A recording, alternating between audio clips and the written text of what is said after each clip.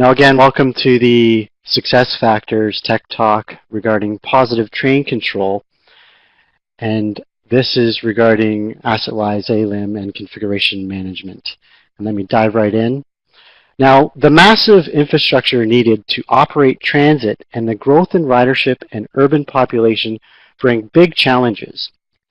In North America, transit agencies continue to struggle with some of the same challenges that they have been facing for years, which are increased safety concerns, accelerating demands on a rapidly aging infrastructure, increased regulatory compliance, too many sources of data or siloed systems, and really organizations need critical systems to work together to provide that single source of truth.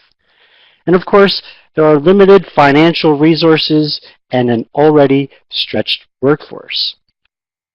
These challenges are occurring against the backdrop of immense technological advances.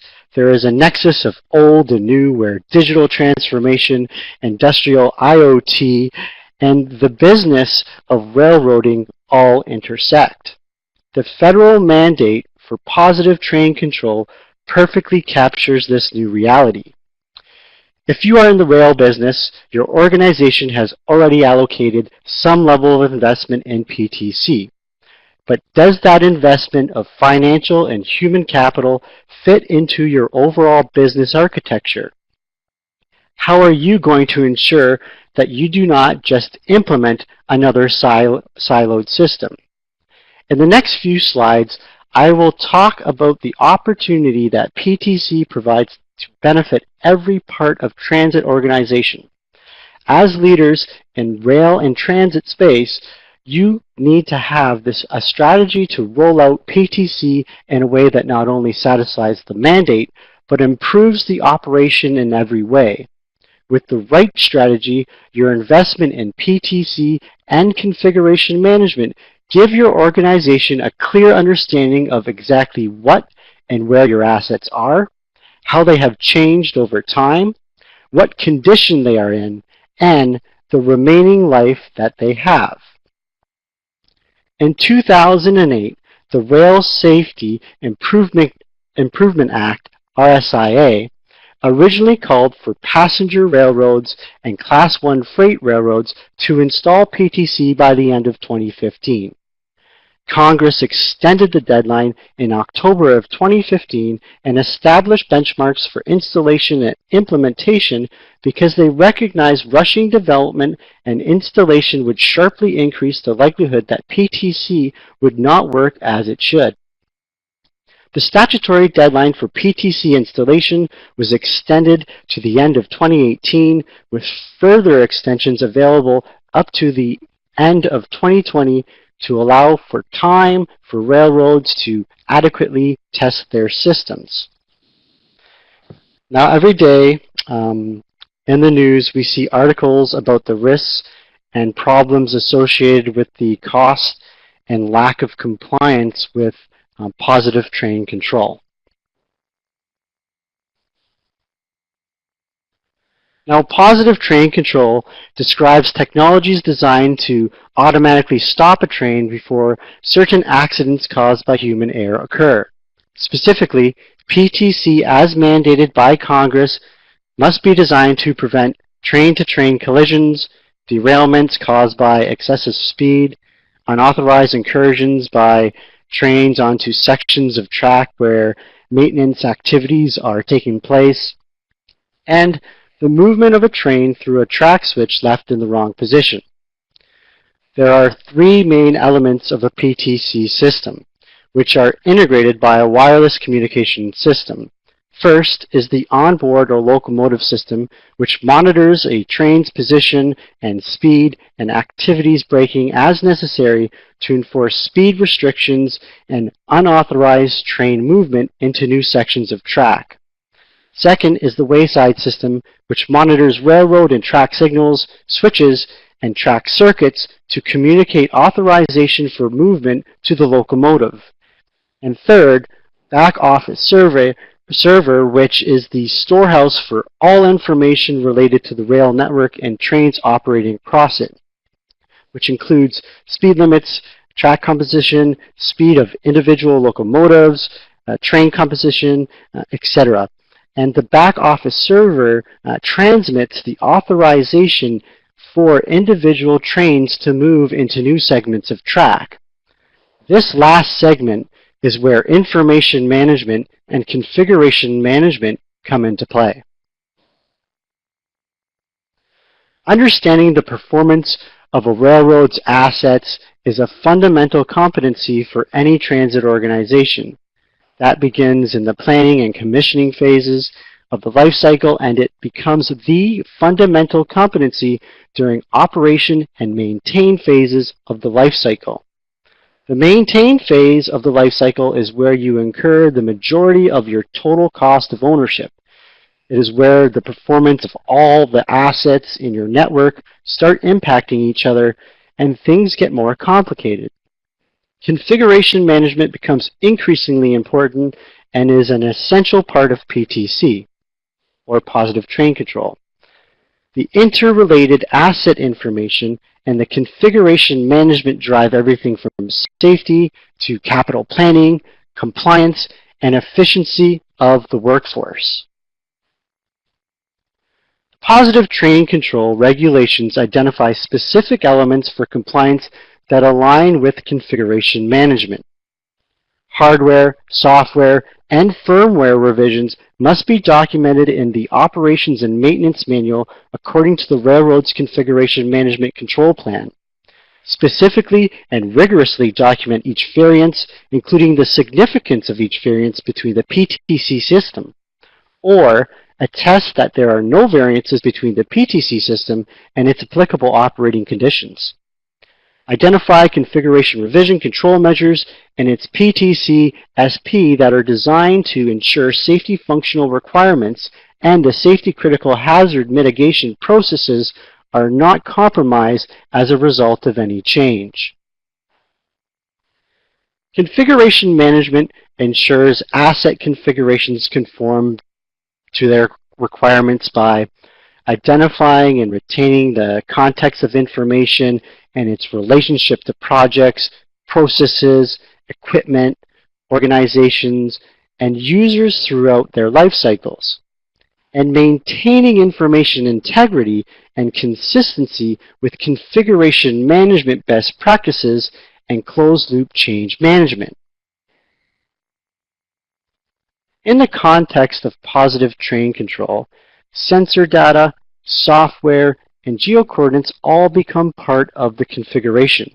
The configuration management enables baselining of as-built, design reuse, identifying configuration items, configuration control, statusing of progress, and continuous process improvements.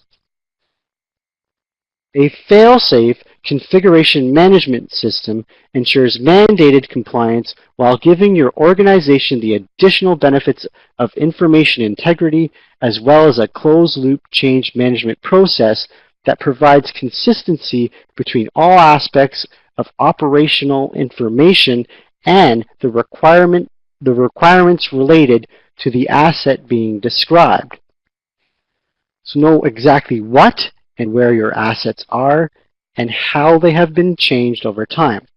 Track asset conditions and performance to optimize operational performance. Leverage data from IoT-enabled systems, including PTC sensor technology. Improve safety and ensure compliance with FRA requirements. Extend the operatable life of rail, transit, and the right-of-way assets. And now I'm going to hand over the presentation to Leif Johnson, who will give you a technical hands-on demonstration of configuration management with regards to positive train control. Hello everyone, my name is Leif Johnson and I'm an application engineer with Bentley Systems focused on the Asset Lifecycle Information Management or ALIM capabilities of AssetWise Connect Edition.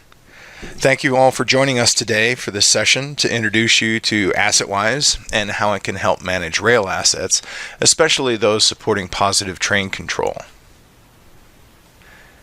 AssetWise configuration management and information management capabilities have been used by a variety of organizations across a wide range of industries, including rail, road, mining, and energy for over 15 years. For rail, we have Crossrail and Network Rail, where by using AssetWise configuration information management capabilities, they were able to ensure information associated with over 1 million assets were trustworthy, accurate, and up to date. Not only that, but they were accessible and related to the physical assets and configurations. For Nagpur Maha Metro, using AssetWise enabled Nagpur to have a single source of truth for effective handover of information to operations. In roads for Connecticut DOT and Oregon DOT, AssetWise provided a single source of truth to manage and maintain information about their entire road network, including all the state and local roads. This enabled improved efficiency for mandatory regulatory reporting requirements. Integrations also associated assets into a single solution as the foundation of roadway information that all other asset management systems could access. In mining, Rio Tinto reduced the costs and improved safety and efficiency through better management of asset information. In energy, Southern Company, Exelon Constellation Energy, Ameren, Callaway, Sandia National Labs, QGC, and Suncor leveraged the ability to link interdependent information, providing information integrity throughout the design and engineering environment, and ensured configurations remained consistent with the design basis and compliance within their operating license.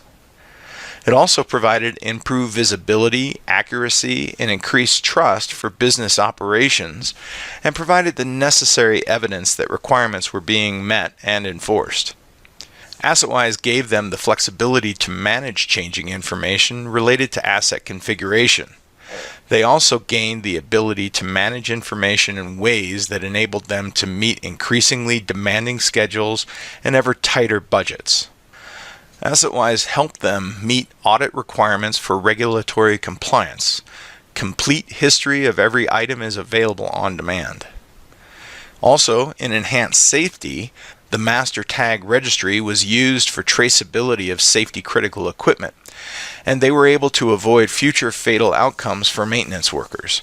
Prior to implementation, a fatality occurred when maintenance workers had inconsistent documentation on drawings and procedures. In wind, Ecofys Netherlands BV reduced costs and improved safety and efficiency of wind turbines through better management of project and asset information throughout the life cycle. AssetWise is certified by the Institute of Configuration Management and is a preferred vendor for the Configuration Management Performance Improvement Center, or CMPIC, and met and exceeded some of the highest standards in the world today, including ISO, CM2, and Yellow Book configuration management standards. Crossrail's definition of configuration management is that a process for establishing and maintaining consistency and integrity of configuration items and the relationships between them.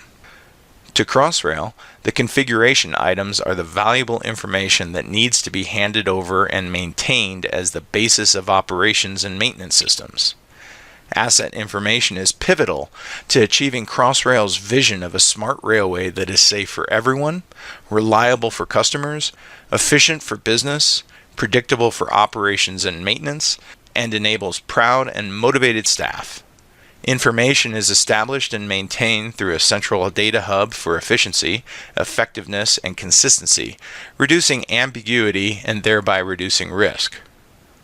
Crossrail is seeing the following benefits from AssetWise configuration and information management capabilities: reduced risk of incomplete or poor quality asset information, providing a single and change-controlled and widely available asset data dictionary to explicitly specify the classification of their assets and their required attribution. This saves time when stakeholders need to understand information requirements and reduces the risk that out-of-date versions of a published asset data dictionary are inadvertently used. The use of optimized managed processes to minimize the effort required to collect asset information and maximize the quality of this information is especially critical due to the large volume of assets, approximately 1 million, that need to be recorded. Crossrail anticipates the asset information will save an estimated £50 million per year in operation and maintenance expenditures. In today's demonstration, we will briefly cover some of the capabilities of AssetWise, including information modeling, where objects in AssetWise are more than just documents or files, but includes requirements, assets, as well as the physical equipment. Change management. AssetWise provides powerful tools to manage change from inception to implementation, ensuring proper configuration management processes along the way, supporting concurrent changes and tracking the as-designed, as-built, and as-maintained configurations of the rail assets. An important byproduct of the relationships between objects is the ability to evaluate the impact of change to identify other information affected by the proposed change. Combined with status accounting, users have visibility to pending and approved changes, as well as implementation progress in the field. Baseline management. Baseline configurations are also managed for assets such as wayside signals and locomotives. Today we will review a baseline configuration as compared to the locomotives out in the field to identify components that are out of compliance. So let's begin. Here I'm logging into my AssetWise web interface and my rail infrastructure dataset with my username and password. I want to look for a particular asset inside my rail infrastructure, so my particular landing page for AssetWise is on the search screen. If I review the types of searches that I can perform, I can search on a variety of objects that AssetWise manages. In the drop-down list, you can see that I can search for change requests, deviations and waivers, documentation, of course the equipment assets that I'm going to be looking for, so for example signals or wayside assets, locomotives, rolling stock, and the like. I can also look at baselines for the equipment that's managed within AssetWise. A baseline would document the approved configuration that instances of our equipment should be in compliance to. An example would be the approved hardware and software revisions that should be installed in a locomotive. We will be showing an example of that in a few minutes. In addition, any locations, people, as well as work orders that I am managing in AssetWise. Let's go ahead and look for a particular asset inside our system. I'm going to search for a fixed radio base station. Here you can see that I can leverage wildcards and execute my search. I see all of the radio base stations that match my search criteria. If I had a pretty substantial result set from my search, I also have the ability to search with more options that give me an extended search where I can specify a variety of criteria. In my search, I have the description, number, and class, as well as approval status. But I can configure the dialog for whatever search criteria is meaningful to me for those particular object types. Now from my search results, I can go ahead and select on one of the results. When the details of the radio base station I selected is displayed, I see all of the attribute information for this particular radio base station. I can review all of the attributes, including the description, in this case where it is located on my particular line, specifically the kilometer marker. I also have the relationships to other objects in the system listed below. It is important to understand for any particular object type, such as a base station or a signal, I can have a unique set of attribute information or metadata. In addition, I can specify unique sets of relationships for that particular asset type. Below, I see a relationship to a location, in this case the line that this asset, the radio base station, resides on. Under the Functional Location Primary Physical Items topic, I have a list of all of the pieces of equipment, both hardware and software, that go up to make up this radio base station. You can see that I also have links to any one of these assets that I can use to navigate to and review the specifics for that piece of equipment. Here I want to navigate to a radio base station controller. So I'm going to go ahead and select this one, and we can view the details of the part or piece of equipment that goes into the radio base station. As I drill down into the hierarchy for the radio base station, at this level, I can see the actual serial number of the installed base station controller. I can see all of the documentation that goes into defining the controller. So in this case, I have a design document with a particular file associated to it from engineering that I can navigate to with the link. Now I can review not only the attribute information for the document, but also the file that is the rendition or the scan of the design document. Let's go ahead and navigate back to the base station controller. So in addition, I can see the specified equipment for this tag location. This is the manufacturer part number for the base station controller, as well as the serial number that is actually installed. This information can be captured directly or through an integration with a work management system to record information from the actual work order for the installation of this piece of equipment. Also, as before, if I look under the functional location list, these are the software components that are installed on this base station controller. Here you can see I have software as well as 2 configuration files.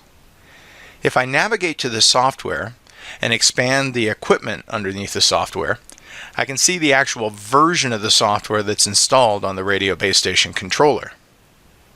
Now, because of potential software compatibility issues, it's very important that we track down to the actual version of the software installed. We also need to know where that version of software is used. So navigating down another level on the tree, I can see the details for that particular software version that I'm looking at. I can see other change requests that have been initiated against this piece of software, and more importantly, if I expand the functional locations, I can see where that version of software is installed on other units or controllers. So if I'm going to make a change to this particular piece of software, I need to be aware of where all it is used, and this gives me the ability to determine if that software update is going to affect all base station controllers, or all the locations where it's used, or just a particular one. So knowing where the software is used gives me the ability to identify only those components that the software change affects. So what we're going to do now is initiate a change against the controller software so you can see the change process as well as the work order or workflow that is used to route that change for review and approval. On the right hand side of the screen is the Actions menu, where we have the option to add a change package. The Action menu includes all the commands I can perform against the object that I'm reviewing. Once I initiate the change package, a wizard steps me through a series of screens to capture the necessary information. First, I am prompted for the type of change. Now, since I'm making a change to a base station, I'm going to select the third option, Rail Signals and Systems. This will identify what the review and approval process will be for this type of change, so that the appropriate subject matter experts and stakeholders are notified. On the next screen, I'm prompted for the basic information for the change, such as the description and the reason for change. So here I'm going to enter the description of the change, which is a field campaign change, as well as the reason for my change. In this case, software updates. Now I can specify additional information regarding the change, such as its priority, classification, as well as the effective date for the change. In this case, I'm going to go ahead and accept the defaults and continue. If I had additional information, such as a long description for the change, I can enter that here. Now that I've completed the form, it will take me to the details for that change request for review. If I expand the affected physical items or equipment, you will see the version of the software is already identified as an affected object. Under the documentation topic, I have a cover sheet for the change that is generated automatically.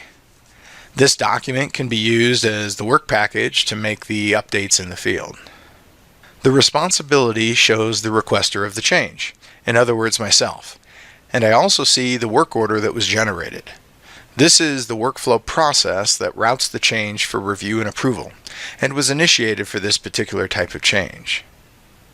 So now I'm going to review the details of the work order.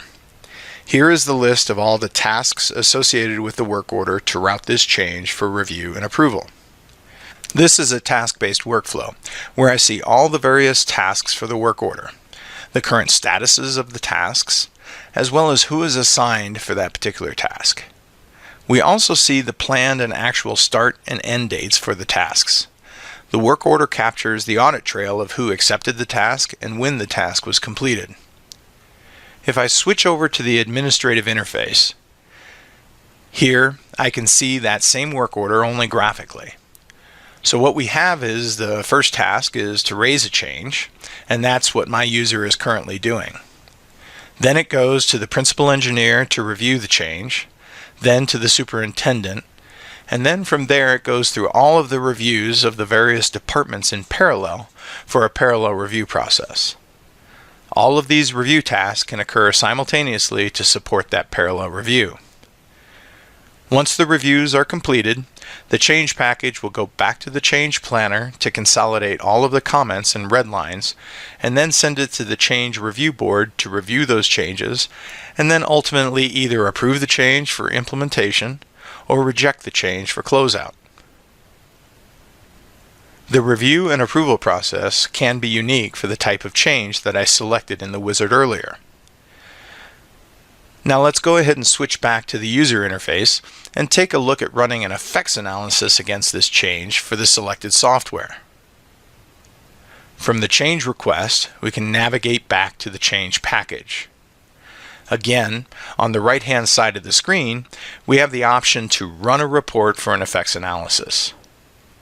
When I run the effects analysis, it will show me all of the potential objects that may be affected by this change.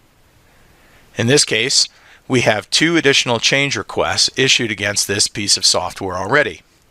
At this point, I would want to review each of these 2 changes to see if the change that I'm proposing now is redundant, or if I can combine those into a single change. In addition to the change requests, I see other physical items or equipment that utilize this version of software.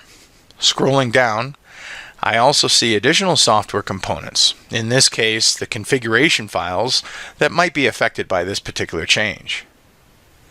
If I determine that these 2 configuration files are affected by this change, I simply select them, then scroll back to the top of the screen, and then select to add those as affected objects.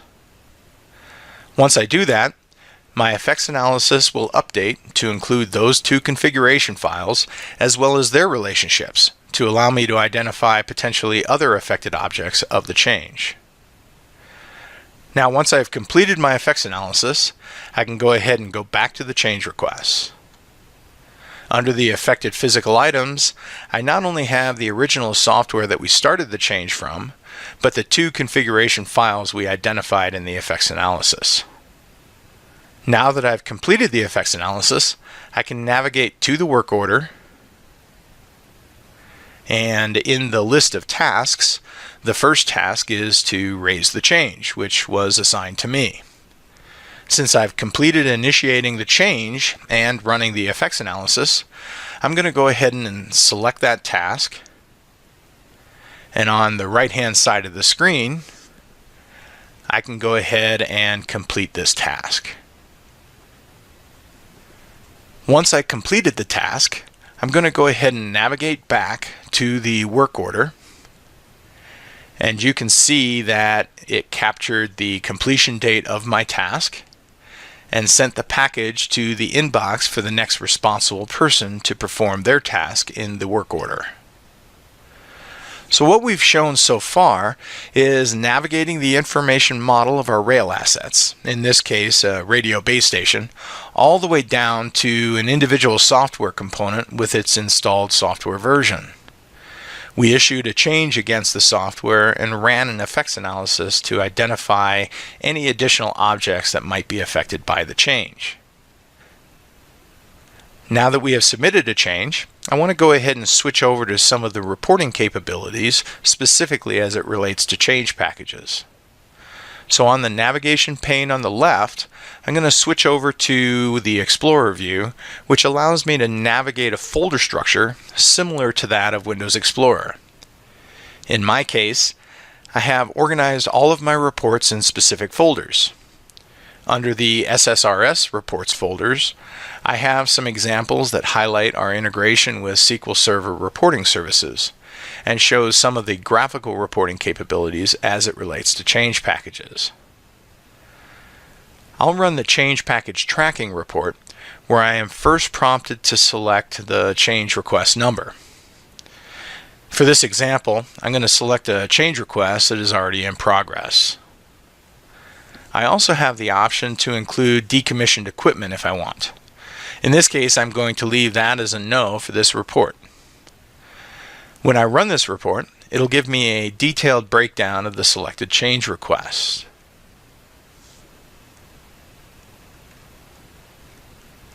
When the results appear, I can see a detailed breakdown for this change request, including the types of equipment that are impacted by this change, from the end-of-train monitors, locomotives, and wagons. I can see a breakdown of the assets, of whether the change is implemented or not, and down below I see the details for each piece of equipment or software, and if they are already updated in the implemented column, and what objects are not implemented. So from this report, I can actually determine what still remains to be updated out in the field. Now that we've looked at some of the details of the change request from initiation to status tracking, I'd like to switch over to baselines. Tested and proven configurations can be captured in AssetWise as a baseline configuration. All instances governed by that baseline, such as the individual locomotives or wagons or signals, must conform to the baseline in order to be in compliance to the approved configuration. So let's go ahead and go back to our search screen and run a search for a baseline. To do this, I will run a quick search, and I'm going to look at a particular locomotive model, the -9, to review the baselines that are available. Now from the search results, I can see that I have several different baseline configurations depending on the type of -9 locomotive. I'm going to go ahead and select the -9 BTSB to review. I have two different versions of the BTSB, version 0 and a version 1. Let's go ahead and take a quick look at the version 0. Here I can review the details of my baseline. Again, all of the attribute information associated with a baseline, as well as any affected change requests. Let's go ahead and take a look at the change request. As we did before, I can review all of the specifics about the change, including the description of the change, the reason for the change, and so on. Looking at the affected physical items, you can see that this change is against a couple, well, actually 3 different baselines. And I also have an associated file to the change. To review the file, I can simply select on it, and it will launch that file associated with the change for review. Here we have the signed certificate for the change from the change control board. Let's go ahead and go back to the change request. Now under the progress topic, I see on the left-hand side of the screen all of the current as-built equipment and software related to the change. On the right-hand side, I see all of the work-in-progress copies. This allows me to work on the change without affecting the current documentation and the configurations in the system. In the work-in-progress column, we see the version 1 of the -9 BTSB baseline. To review, I'll select the link. And here we have the parts list that makes up the baseline, as well as the actual locomotive numbers or instances that are to be certified against this baseline. I can select a link to review the specifics of the parts list that makes up the baseline. This is a list of all the software and hardware in their respective versions or manufacturer part numbers that are specified for the baseline of the -9 BTSB configuration. Now that we have all of this information, we can go ahead and run reports to see what the actual locomotive configurations are as compared to the baseline. So let's go ahead and do that. Again, we'll navigate back to the Explorer interface and expand the folders back to our SSRS reports. Here we have a report for the locomotive baseline variations. When we run this report, the first thing it prompts us for is whether or not we want to include the trial locomotive numbers. We'll go ahead and select No for this report, and then go ahead and view the report. Now this report is going to show us information for all locomotives as compared to their respective baselines. So now here is our locomotive baseline variation report. Once the report comes up, we're really looking at two pieces of information with respect to the baseline. The first, of course, compares any of the actual pieces of equipment installed as compared to the baseline. Any discrepancies will be highlighted in orange. We are also tracking where we do not have serial number information regarding the hardware that is installed. This information, again, could be entered directly into the system or automatically synced from a work management system. Now down below, you can see we have a breakdown of the various locomotive types, including the -9 BTSB baseline that we were looking at earlier. And this gives us a breakdown of the number of locomotives for each model. Here you can see that we have 14 of the -9 BTSBs. If we scroll down on the report, we can see each locomotive number as it compares to the baseline. For locomotive number 7045, we see the results of the comparison. On the right-hand side of the report, we see the required equipment and revision, as well as the actual installed equipment and revision. On this line, for the LID and PSC software, we can see that we have a manufacturer part number and revision as compared to the one that's installed. In this case, we are out of compliance, as we're on a previous revision or version of this particular software component. If we scroll down to another locomotive number, we can also see information regarding some of the software, where we see we have required software and the corresponding version. And then to the right, we do not have any installed software identified. So in this case, we have a software component that has yet to be installed on this locomotive number. So from this report, we're identifying where we're out of compliance to the baseline or where equipment is not installed. In addition, you can see that on the installed serial number column for any hardware or equipment where we have not captured the installed serial number is highlighted as well. All of the information or data regarding the baselines and the comparisons to the various locomotives in the fields is managed by AssetWise. This report gives us a way to look at the data and present it in a way that is meaningful to the end user. This is the fundamental purpose of business intelligence, where a collection of data is not business intelligence, but the presentation of that data in such a way that is important and actionable by the stakeholder is. Here, this report gives us the information we need to verify that the locomotives out in the field are in compliance to the approved baseline requirements.